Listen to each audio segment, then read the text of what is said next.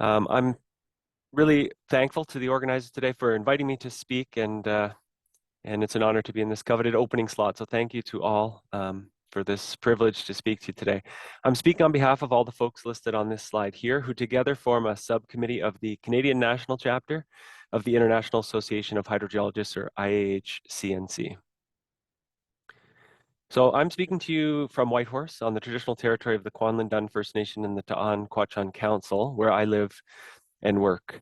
You may have heard on June 24th this past summer, on the traditional territory of another First Nation, the First Nation of Nachonak Dun, there was a mining disaster when the heap leach pad failed at the Eagle Gold Mine here in central Yukon.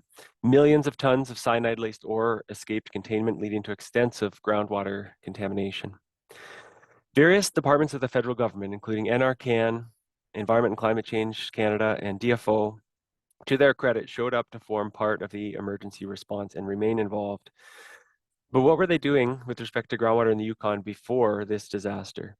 Not enough, I will argue to you today. This is not at all an indictment of the bright, well-intentioned, hardworking groundwater science and policy experts who work for the Government of Canada. Rather, this is a call to action to create a system to integrate hydrogeology into freshwater management and leverage federal resources in a way that's commensurate with groundwater strategic value to this country.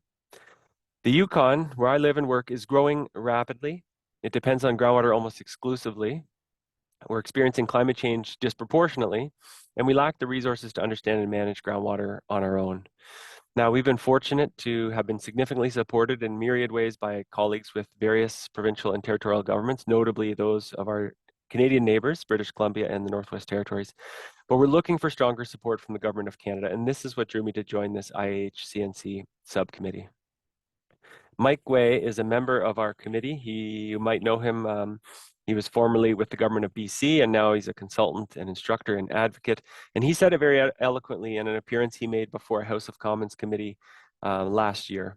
Mike said, when governments treat groundwater not just as a crisis issue, but more as a valuable resource, that is, as a sustained priority, trust, reconciliation, and sustainable development will follow. So I'm Brendan Mulligan. I'm the Senior Scientist Groundwater for the Government of Yukon, and I'm on the board of IHCNC as the Northern Director. I've been working with several others on a subcommittee struck and led by Cynthia McClain, who's based in Calgary and is on the board of IHCNC as the Director for Alberta. The subcommittee started with the objective of ensuring that the newly founded Canada Water Agency integrate groundwater into its work, but our mission has expanded to working towards the meaningful integration of hydrogeology into freshwater management more broadly. This past spring, our committee submitted a brief to the House of Commons Standing Committee on Environment and Sustainable Development study on freshwater in Canada. And shorthand for this committee is ENVI, or ENVI. That's how they refer to themselves, and I'll refer to them as such throughout this presentation. So this brief we made to ENVI forms the basis of my presentation today. Now, I don't need to convince this group today of the importance of groundwater, but this is something that we emphasize strongly in our brief. Canadians depend on groundwater, our largest freshwater resource. Aquatic, terrestrial, and subterranean ecosystems rely on groundwater. Canada's economy, of course, relies on groundwater, yet we don't know enough about it. So over a year ago, Cynthia struck this committee, and we started by conducting structured conversations with, I think, 17 experts across Canada. We also convened a meeting with hydrogeologists representing the governments of all the provinces and territories, including Heather Brodie-Brown, who represented the Ontario government. I should note, Quebec abstained from this meeting, and the NWT's sole hydrogeologist was on maternity leave, but otherwise all jurisdictions, including Nunavut, who we were honored to have at the table, were represented. I appeared before ENVI as a representative of the Government of Yukon and made two recommendations. The first, for the governments of Canada and Yukon to enter into an agreement under the Canada Water Act to monitor groundwater, which is consistent with a recommendation made in our brief to the same committee that I'll touch on later this afternoon. And a second recommendation to the GSC, or the Geologic Survey of Canada, to enter into a cost-sharing agreement with the Government of Yukon to support aquifer mapping and characterization. Kathy Ryan, one of our committee members from the University of Calgary, presented at CWRA in Saskatoon in June, and Cynthia McClain and I presented at Geo Montreal in September, so perhaps you caught one of these presentations already. Members of IHCNC engaged relevant members of parliament last year to encourage them to consider groundwater as ENVI reached completion of their study on freshwater and began to draft their final report, which has not yet been published. And most recently, I presented at the BC Annual Groundwater Symposium just in December. So we've been busy, and there's more to come, as I will touch on. So I thought I'd try to use this tool called Mentimeter to gather a little bit of information from you or about you.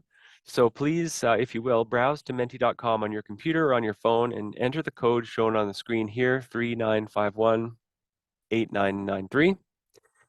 And participation in this is completely voluntary, but it's really instructive to get a sense of who's in this audience. So I do encourage you to participate. There's 2 other Menti slides that I'll show towards the end of my presentation.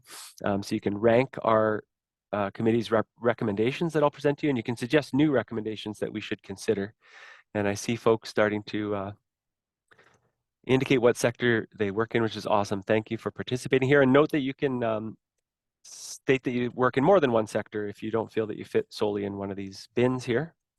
Your responses are anonymous and will help our committee refine our understanding of key issues. So again, really appreciate your participation here. And I'm not sure how many folks are on the call. I think it was around 200, which I checked during the opening there, and I see more than 60 people have already responded here. I appreciate that. I'll give you another 30 seconds or so to respond, and then I'll move along, although I think you can still respond even once I've moved to the next slide. And it looks like we have quite a great mix in the audience here. So largest bin is the government bin, but lots of consultants involved, a number of academics, and quite a few saying other, 6 from NGOs. This is great. And we've got 87 respondents, and I think the rate of response is maybe starting to dwindle, although I still see them coming in 90, 91. So I'll move to the next slide, but you're welcome to continue to respond here. And thanks very much for contributing. I'll speak later about the results from the same slide that we presented at other venues. So now I'd like to briefly walk you through the recommendations that our committee made in our brief to ENVI. So there's 5 recommendations, and I'll briefly detail each in turn. And to start, be clear that the term water includes groundwater. So clarifying terminology in federal government communications around groundwater. And we've heard that this can have very important implications. It's not just semantics. So for example, in calls for funding of so-called freshwater projects, we've heard from some folks that some groundwater related projects have been deemed ineligible. So we want to make sure that when terms like water or freshwater are being used, that groundwater is included in that terminology. Second recommendation was to establish groundwater monitoring under the Canada Water Act. And I noted that this was one that I re-emphasized specifically on behalf of Government of Yukon when I appeared before ENVI.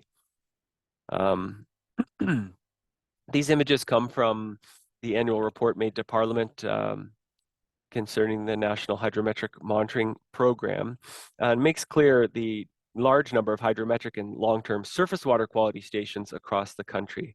So I work for the Water Resources Branch here in the Department of Environment for the Government of Yukon, and we have 3 disciplines in our team. Hydrology, which is heavily supported by the federal government. In fact, the feds conduct most of the hydrometric monitoring, that is surface water levels and flows here in the Yukon. Surface water quality is the next unit in our branch, again, heavily supported by the feds, who analyze all the surface water quality samples taken by our surface water quality network. And then I lead our groundwater unit, which is not officially supported by the federal government in any way. So there's a lack of parallel structure happening here that I'm trying to highlight. Our third recommendation is about reporting.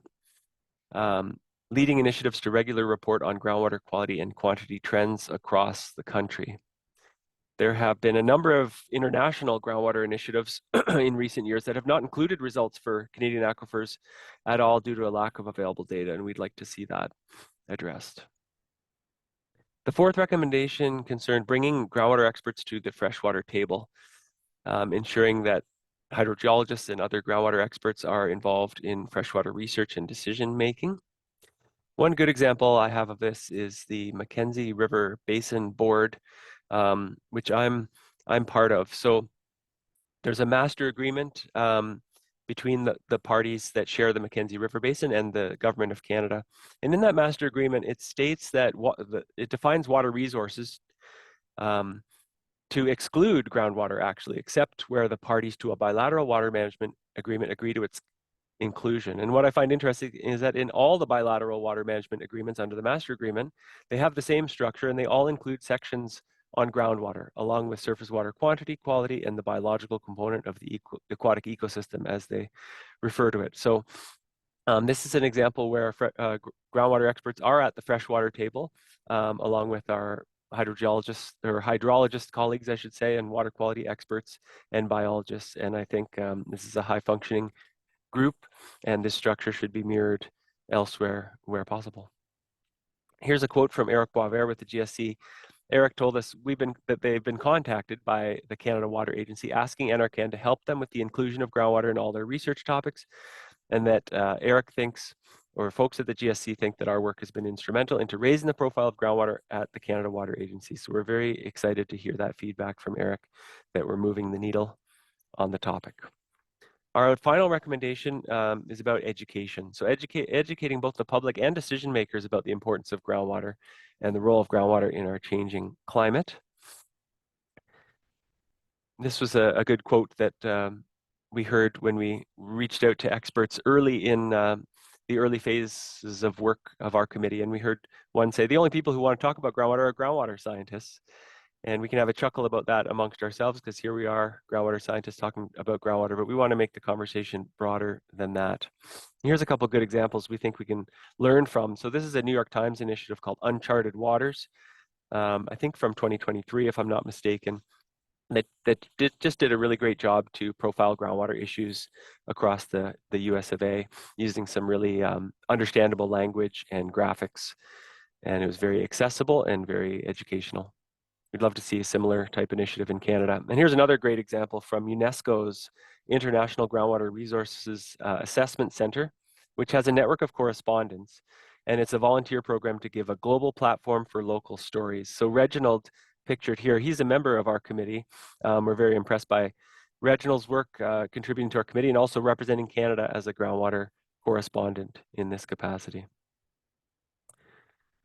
So I know that came at you in a hurry, but I'm very interested in hearing from you which recommendation you think is most important. And then I'll show you what folks at other venues where we presented consider most important. So again, if you're able to join menti.com using that same code, or if you're already logged in there, 39518993, you can drag and drop these recommendations into the order that you think makes the most sense, and we'll see the results appear on the screen as your results come in. So I see there's one respondent so far, but more are going to come in a hurry, I think. And again, participation here is completely voluntary and your responses are anonymous, but this really helps our committee refine our understanding of key issues and adapt based on your input. So thank you. And I will give you a minute or so here just to chime in. I see 16 people have responded already. Let's see if we can get this number closer to 100.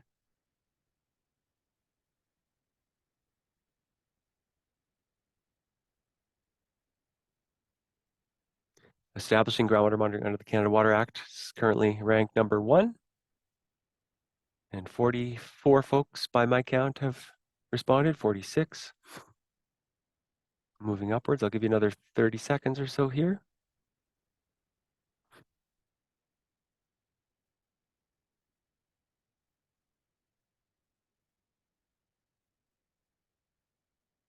Things still bouncing around a little bit. But it looks like we might be starting to crystallize into an order here for our 5 recommendations. There's almost 80 respondents now, so I'll probably move on to the next slide here in a minute. But thank you very much. And again, as I move on, I think you still have the opportunity to rank the recommendations. So I encourage you to do that if you haven't already. But now I'd like to show you some results from some other venues out of curiosity. So here we'll just remember that we've got established groundwater monitoring under the Canada Water Act, number 1.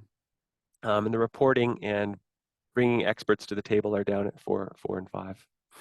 So which recommendation is most important? We presented at Geo Montreal in September to an audience of mostly academics and consultants. And I think it's really interesting to note a few of the distinctions between these groups. So at Geo Montreal, folks ranked educate about groundwater first, but the other audiences, which were the National Dialogue on Groundwater, which is all government folks, and the BC Groundwater Symposium, which is mostly government folks in that province, put educate about groundwater last or third, as it were. NDGW and BC Groundwater Symposium audiences ranked being clear, this terminology recommendation, as first, whereas at Geo Montreal that came last. And all three audiences, I'll note, put established groundwater monitoring under the Canada Water Act, with which this audience ranked first as second. So there does seem to be some consensus there. I think it's really interesting to think a bit about these differences and wonder if they're driven by the sectors represented by the audiences. So I think we saw that this audience, if I'm not mistaken, is mostly government folks, but quite a healthy number of folks working in consulting and academia, and also some NGOs and some other represented here. As for the sectors represented by those other audiences, so at Geo Montreal, it was largely academics, but a lot of consultants and a healthy representation from government folks as well. The BC Groundwater Symposium is mostly a government, provincial government audience, although there's folks from the feds and other folks like me from other jurisdictions that were there, and NDGW is a small group of just government folks.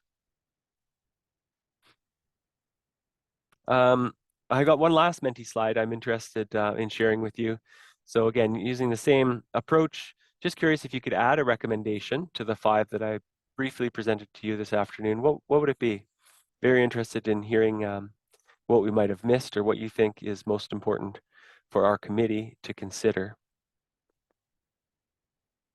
I believe as well, once these recommendations start to land, that you can give them a thumbs up, which will help elevate and make clear what are the top recommendations. So even if you, whether you are contributing recommendations or just taking a look at them here, you can vote on what you think is the best one. More funding. Put a value on water as a resource. Fund groundwater, okay. Public awareness campaign.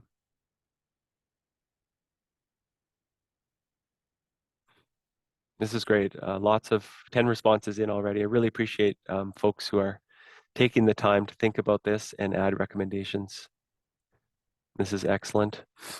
I'll let a few more roll in, and then if I press my space bar, artificial intelligence is going to try to group the responses, because I do see some are similar. So I might do that, and then I'll enable you to vote on them. This is wonderful. We've got 24 responses and more coming in, 26. I know I need to wind down here, so I'm going to press space here, and we're going to sort these a little bit using artificial intelligence. Don't ask me how this works, but it seems to be relatively effective. And there's 6 groups found. And now I'm going to press enter, and I think you can vote on these. And I'll just give 30 seconds or so for you to vote on these, and we'll just see what lands on top. But you're still welcome to add recommendations. This is just interesting to see where you land, and then I'm going to try to wrap up my presentation.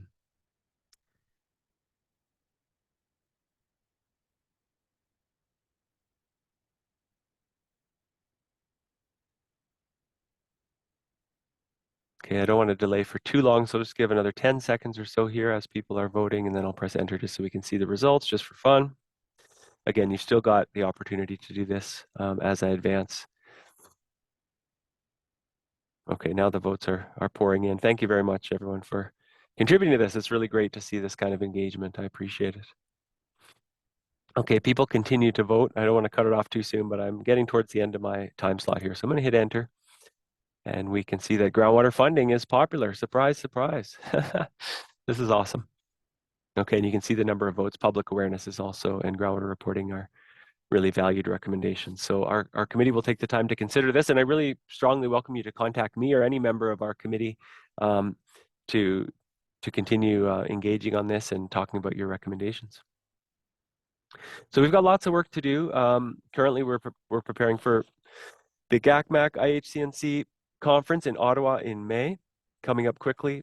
The committee intends to give a couple talks there. I know GSC is convening a really great panel discussion and a session of presentations on a related topic about sort of public policy and groundwater capacity across the nation. So I'm really looking forward to that event. We're going to be strongly engaged, and several of our committee members will be there and would love to talk to you if you'll be there as well.